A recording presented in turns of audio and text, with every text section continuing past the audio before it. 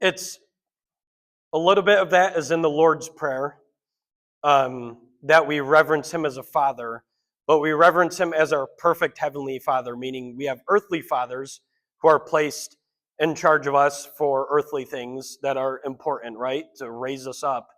And ultimately, our heavenly father is perfect because when the seed is promised to Abraham as, who will come through you will bless many nations.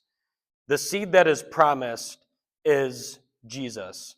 And in the first century, including when the Gospels and the epistles were being written, many Jews at the time, along with Gentiles, did not see God as a heavenly father, and that would turn the Jews at the time to believe like, hey, but we still have this law.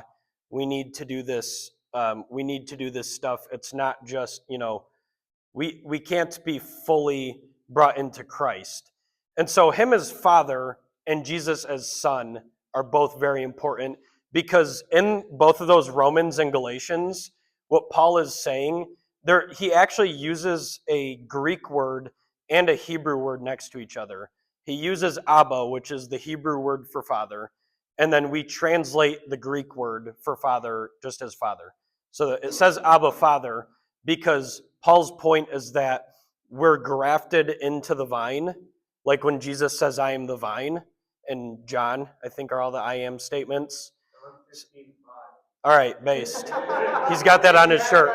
So part of that is because Jesus is his son and Jesus is righteous, when we're clothed with Jesus' righteousness, we become heirs with him and we're adopted. And being adopted as sons and daughters puts him in place as father as well.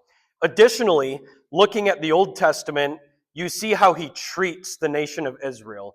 He treats them as a father, where he pours out his righteous judgment and wrath from time to time, and when they come back to him, he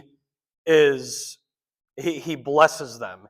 And so he withdraws blessings, he hands them into their enemies' hands, and additionally, he hands the enemy into their hands. And so this shows the love of a father in punishment as well. And that if you properly love a child, you're not just going to let them get away with everything, but when they act up, you are going to, execute some sort of consequence to where they're going to learn their lesson. They're going to be brought back to the right path. And then, you can show them blessing accordingly. And then they see that, oh, when I do good things, I'm blessed. When I do bad things, I'm cursed. So there's the wrathful, loving father that is still today, but especially expressed through the nation of Israel in the Old Testament. And then the adoptions as sons and daughters is a big theological point as well for us being imputed the righteousness of Christ. Because then we're seen in his son.